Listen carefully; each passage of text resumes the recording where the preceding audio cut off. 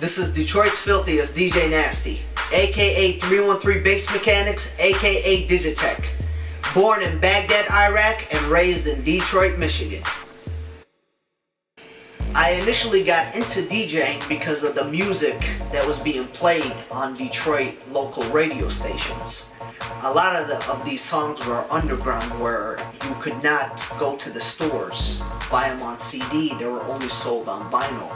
I remember coming home every day after school, watching the new dance show, which had a very big impact. I learned how to jit from the new dance show. I learned about all the local DJs, all the hot records that were coming out of Detroit. So I would go to these stores, and all you could really get was, popular Miami bass CDs, Two Live Crew, but not what was hot or what was popular in Detroit. So talking to a few people doing research, they were telling me that I could only get them on 12-inch vinyl records. So I started going to a local record shop at record time, and I started buying all these vinyl records. And I amassed a huge collection, but I did not have any turntables.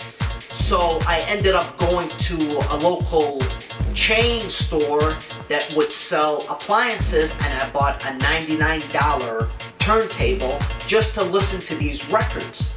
And after that, I said, let me try, DJing. I have all this wonderful music. I want to play it out to people and have other people appreciate it and discover it like it did with me and influenced me.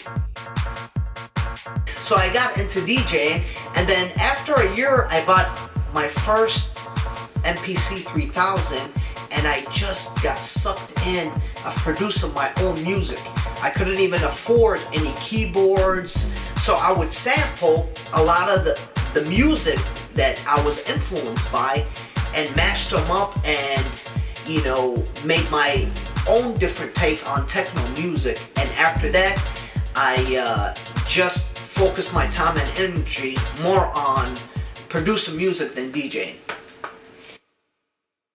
One of the first records I ever produced, coming straight out of high school after 3 months, was a Digitech record, released in 1996.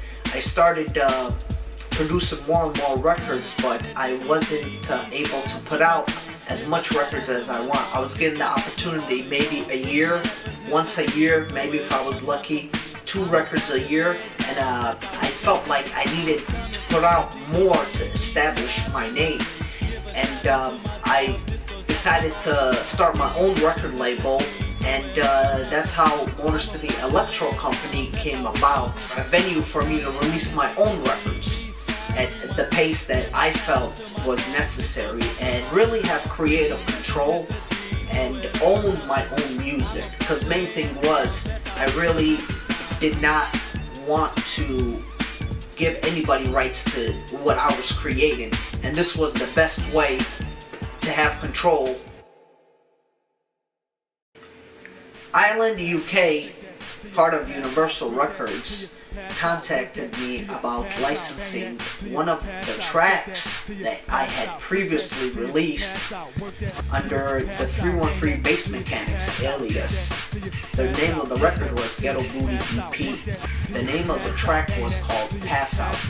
They wanted initially to license the Pass Out for Disclosure's new song called Bang That. My first reaction was, can I hear the song?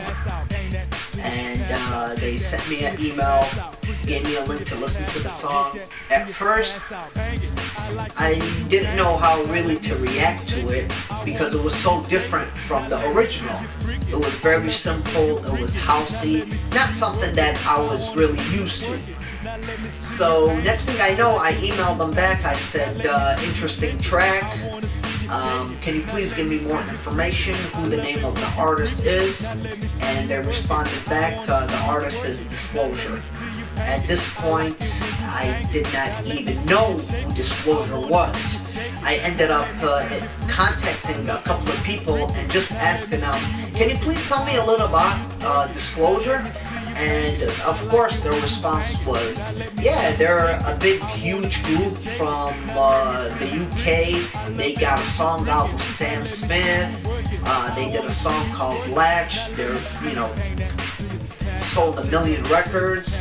At this point my eyes really lit up because I was just amazed at how would this group be interested in my song.